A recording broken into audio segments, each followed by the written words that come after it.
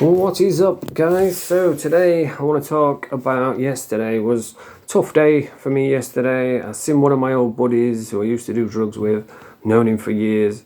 We got talking about drugs, and it triggered me a bit, and I started thinking about using drugs. Only for a brief moment, but it was there. And so I wanted to talk about it because that's what I want to do on this channel. I wanted to document my recovery journey. I didn't want to just put all the good stuff, all the funny stuff, all the successes. I wanted to put all my failures and, all the trauma, mental trauma, all my struggles, pretty much everything. I wanted to be totally transparent. So that's why I'm doing this video. And it was, talking to him, it was both like tragic, but it was also exhilarating.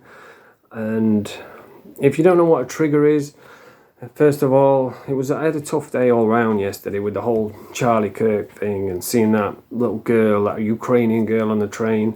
It put me in a bad mood, and I just couldn't get it out of my head.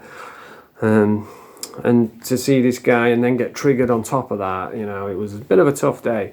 So if you don't know what a trigger is, it can be anything really. It can be things that remind you of your time as an addict when you're clean and sober like I am.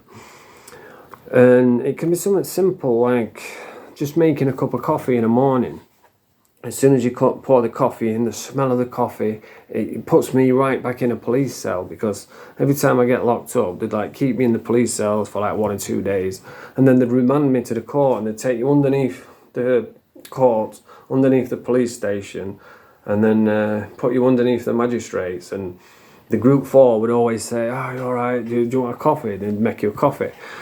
And the smell of the coffee first thing in the morning underneath the court. So when I make coffee at home, it puts me right back in a cell, and I start thinking about prison and detoxing and that's what a trigger is. And it can also be like if you're out and about, maybe you see one of your old mates or one of your old associates scoring drugs, and you see the dealer come up, and then they do the little sale, and then they go marching off to go and do the drugs, and you start thinking, oh man, it's a beautiful feeling that when you've just scored and you're just going to fucking do your drugs.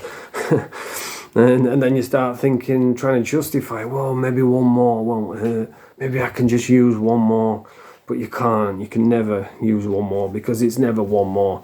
One more leads to 2 more, then to 3 more, and before you know it, you're waking up next morning with a big piss stain up the wall, nothing to show for it, devastated because you've knackered all your good time up, all your clean time, and it's awful. As soon as you open your eyes, you're like, oh no, I've fucking relapsed, I've messed everything up. Then you start feeling miserable and depressed, and you feel like you've failed, like a failure.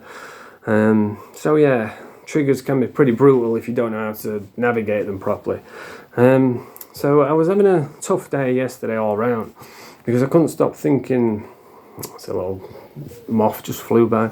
I couldn't stop thinking about the little Ukrainian girl getting murked on the train. I shouldn't have watched that video. It fucking did me head in.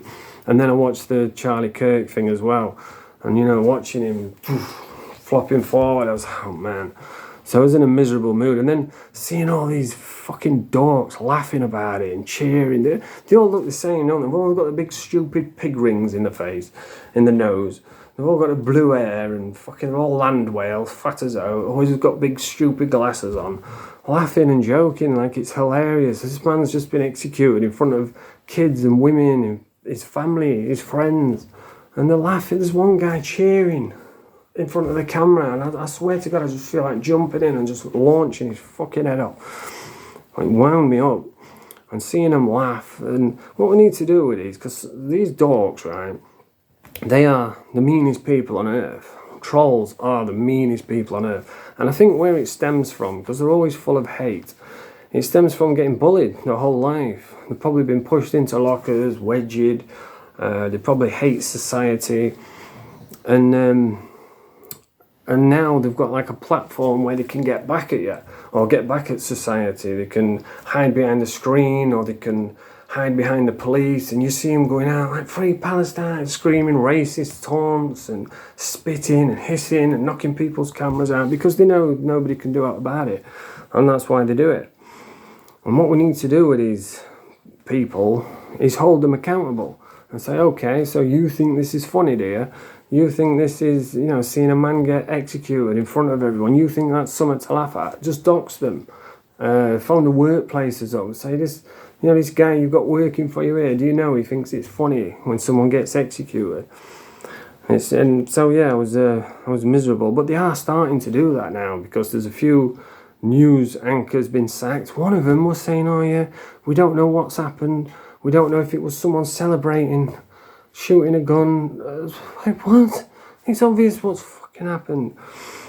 And then there was another guy saying, yeah, well, that's what you get, type thing. He's been sacked. A lot of these big game designers, they're all getting sacked. All these blue-haired land whales laughing and joking, putting out tweets, celebrating, and they're all getting sacked now. So that's what we need. We need more of that.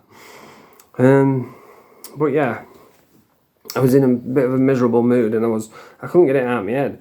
And I went out, did what I do for the day, then I got back home, and I had my tea, and I was scrolling away on, it might have been TikTok or Facebook or something, and it was all just Charlie Kirk stuff, and I was like, oh, fuck's sake, you know, really deflated and miserable.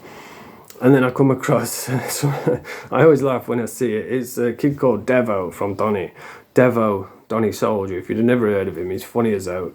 And he's I think he's from Doncaster, and a producer got together with him, and they do like skits of like chavs, you know, buying White Lightning beer and getting drunk and going to festivals and sneaking in, and he puts on this funny accent, and it's just funny. It's not on YouTube anymore, but you can see the videos on TikTok. And they ended up getting a Channel 4 deal out of it at one point. So he's funny as hell, and he talks funny. And they did this one skit where he found a dead pigeon, and he's walking along, and he said, "Whoa, what's that?" He said, "I nearly stood on that then, what is it?" And it's a dead pigeon on the floor, and he's poking it, saying, "Is it dead?" It's funny as hell. I'm fucking cheesy now just thinking about it. And somebody did like an animated bit on it, on that exact bit with a pigeon. And I was sat there fucking, and I was grinning like fuck and watching this little skit. And then the skit ended, and then, you know, I rolled on to the next one, and it was fucking Charlie Kirk getting executed again, and I was fucking back down, miserable. So up and down yesterday, but honestly, watching that Devo always makes me chuckle. He's funny as out. He wears all the chav clothes, you know, the Burberry hats. It's fucking brilliant. But yeah, in a miserable mood yesterday, and I went out because I've got myself in a routine. I don't like sitting around thinking too much, because that's where you could do the most damage. So I've got into a routine, and I stick to that routine no matter what. And I was on my way down to the allotment, and someone shouted me over and said, "Oh, Paddy, you all right?" Oh, fucking hell, who's this? And he rolled the window down, and it's my old buddy who I used to do drugs with. I said, "Oh, fucking hell." No, I'm not going to say who it is. So-and-so. He's like, "Yeah, you all right? Remember me?" I said, yeah, fucking hell. He's a good lad, you know. He's a funny geezer. And you know, I was saying, what are you up to? You still living at so-and-so? And he's like, yeah. And then we started talking about drugs, and he said, "Are you clean?" I said, "Yeah, I'm on 2 0.4s now, Subutex." And he was like, "Oh, nice one." And then I said, "What about you? Are you still clean?" He said, "No," and he was scoring right there. And so I started talking to him. I said, "You need to get on subbies, mate. That's the only thing what helped me." And he says, "I am on subbies." He says, "But I'm only on 2 mil, so you can use on top when you get down to 2 mil. So that's what he was doing. He was waiting to buy crack. And he started telling me about his son. He's saying, "Oh, did you know my son?" I says, "No, I didn't even know he had a son." And he was saying, "Yeah, he's bang at it. You know, he's on the crack. He's on the tablets." I says, "What, pre-gabs?" He says, "Yeah." I said, "Oh, man, that's fucking, you don't want that. No addict wants the same for the kids. It'd break your heart." So, you know, I was like, "Oh, man, that's fucking shit." And then he started telling me he's got to go to the hospital in like 2 weeks' time to have a operation up his nose for a brain tumour. And I was like, "Oh, man." And that's what I mean, like, it was tragic. But it was also exhilarating, because it reminded me how lucky I am that I've not got fucking a brain tumour, you know. I'm not still on the drugs. I'm still on the buprenorphine, and that's going to be a big battle coming up. But fucking hell, I'm not there anymore. And he was buying the crack and telling me, saying, oh yeah, I'm scoring off so-and-so. And I was like, oh, fucking hell, I remember him. He's still doing it, is he? Which is fucking crazy. He's been doing it for years. And he says, yeah, it's really good stuff. He's got both. He's got both now, so that's what I'm going to get. It's really nice. And I was like, oh, fucking hell. And then he says, how long you been clean? I said, well, about a couple of years. He says, what, you hadn't used nothing? I says, well, I had 3 cans of beer about 8 months ago. That's it. And he says, oh, nice one, He says, well, I'll let you get off. I says, all right, mate, see you later. And I walked off, and it left me thinking, fuck me, man, brain tumor. He's got to go and have a brain fucking thing going up his nose to cut a bit out. And his kids are on drugs. He's still on drugs, and just tragic, man. And he's a good kid. I remember him well. I used to knock about with him, funny as out. And I walked off, both, like happy, but also sad at the same time. Sad for his situation, but happy for mine. And that's when I started getting triggered a little bit, because he started saying it, because he said it's good crack, it's good gear. And I started thinking, oh man, started like putting myself back to when I was using crack. And it was only for like 10 seconds where I thought, maybe I could get some. And then I just like dashed it to the side. And I actually even said to him, I says, you have to, if you want to get clean, you just got to hit that point. You've got to hit that. I can't explain it. You've just got to, it's like a switch gets flicked. Because before I was always thinking about it, I was always justifying it. I was always like, yeah, well, I'll just have one this weekend. But now I don't think like that. I think if I have one more, I'm dead. Because I can't survive what I've been through in my life. Not again. I can't go through that again. I won't survive it. I'm too old, I just won't survive it. So I've convinced myself that if I use again, I'm dead. But that's how easily it can be to get triggered. You could be out 1 minute, just go into the allotment, and then you'll see someone and boom, you start thinking about drugs. And if you're not as strong as what I am at the moment, that's when you can relapse. That's when you can undo all the good work, all the hard work that you've put in. I remember last time I relapsed, it was fucking years ago. But I just woke up one morning and it was just in my head. I couldn't get it out. And all day I was just thinking about it. And I made it through that day. But then the next morning, I was thinking about it again, and I just couldn't get it out of my head. And I ended up crumbling on that bit, and it led to like a 5-year relapse. What cost me everything, absolutely everything. I lost my job, I lost my money, I lost my respect that I built up. I lost everything within just from that one little thought in the morning.